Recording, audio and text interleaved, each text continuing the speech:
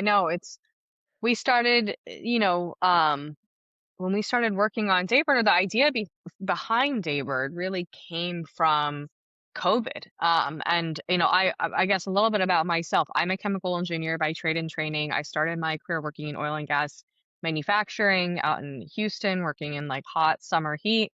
And while there were so many great things about that job, I really, something that had lingered on my mind was it was a very historically male dominated field, and just having this feeling of being the only woman in the room and feeling like I needed to spend all this extra time in the morning putting products on my face in order to look professional and feel confident. Yeah, I know.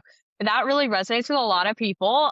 And I think it's a common, yeah, it's a common thread. Well, that's why we're here to help take back ownership over that, because as we hit COVID, I think it was for me like the first time that I felt like liberated from from that kind of being tied to my bathroom counter for 20 minutes in the morning. I was like, okay, I can take back some of that extra time, and then realized I didn't want to spend that. I never wanted to go back. I didn't want to go back to extra 20 minutes in the morning. And I have very sensitive skin as well. So it was always hard for me. Like I didn't feel like putting all these products on my face even served my skin or served me. Um, and so that's really where the idea behind Daybird came from, was these moments, in COVID. And as we started to talk to people, hearing folks say like, hey, I want to hit snooze in the morning. I feel like putting on 10 products every day, like, isn't actually helping my skin, isn't something that I can maintain. I'd rather spend that time with my kids or with, working out in the morning or taking time for myself, whatever that looks like. And so, yeah, it was really born out of these real conversations we were having with people. And as we were all in this thing, with COVID being, I can't even believe it was like 6 years ago at this point, but it was like this first time that we really got to reassess how we were spending time in the mornings and try to get on a path of finding things that fit into our lives, not the way around. So true. And it's crazy because things become such a habit. Like you just start doing stuff and it'll be like one day you'll just add one thing. Well, I'll do some eyeshadow, I'll do this. And then it becomes an hour-long process. And now, as I will just let you know, I am 55 and I look at men in my industry, and when I go to conferences, I'm like, what's it like to wake up and go outside and that's just your face and that's okay? And I'm supposed to spend, up to an hour to put my quote unquote face on. What is it like as a man to just be like, this is my face? Like, what the hell?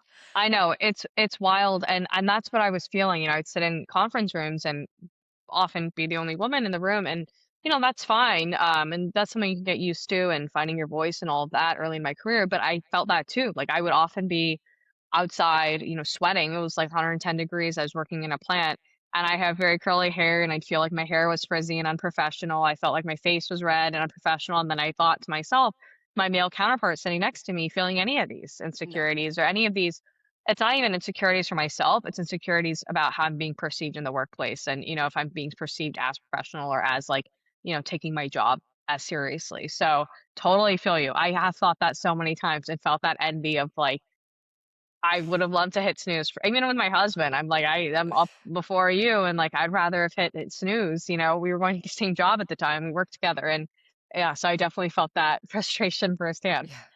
Yes, but that is not to say that I have shunned all skincare as it is. Like, if you guys are watching the video on YouTube, yes, I am wearing some minimal makeup now, but it's really about skincare for me. Because again, being 55, it's all about preserving what I have, still on my face for the rest of my life. So, having something that's really going to help my skin, be, look good, feel good, be hydrated. I live in Los Angeles. The land of sunscreen. I never go outside without sunscreen on, but I don't, like you, it's like I don't want to feel like I need to layer with like 50 million different layers because, since you have a chemistry background, the question that's always been for me that people never seem to give me a good answer for is like, how many products is too much? When you're layering. How do I know that this product isn't going to do something horrible with this product? I'm not a chemist. I don't know. And I just feel like we're in a society now where it's just like, under the guise of skincare, we're teaching young girls and young gentlemen too. You just keep piling on, piling on, piling on. how much, when is it too much? So, let's talk about the evolution then of Daybird. If you guys are again watching the YouTube video, I have a very cute bottle. It's the 4-in-1, one product is all you need. Let's talk about then where this evolution came for you. So you are in, your corporate world, working in, the field you are, and then you decide, well, I'm going to go and launch a product. So how does that happen, Veena? Because I know you were busy. You already mentioned you have kids and a husband.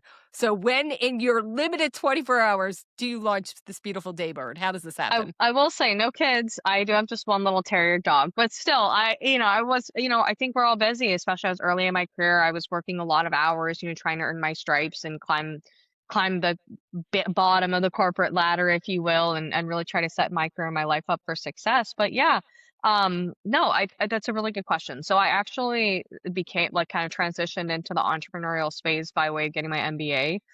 So I actually, as I was working in a manufacturing environment, oil and gas, I loved how dynamic my life was, my work life was.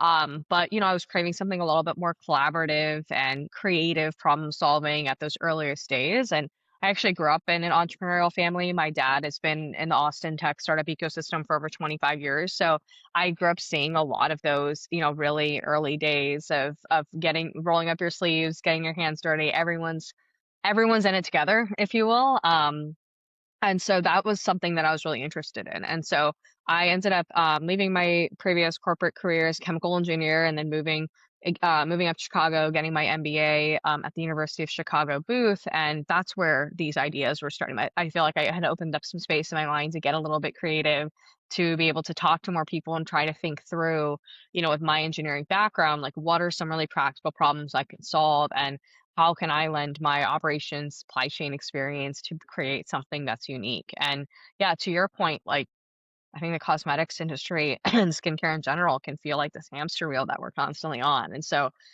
with the impetus being COVID, and then also just, chatting with people and feeling like maybe I was of an age where I felt like I could take back some of the stuff for myself, that's where, the gears started turning.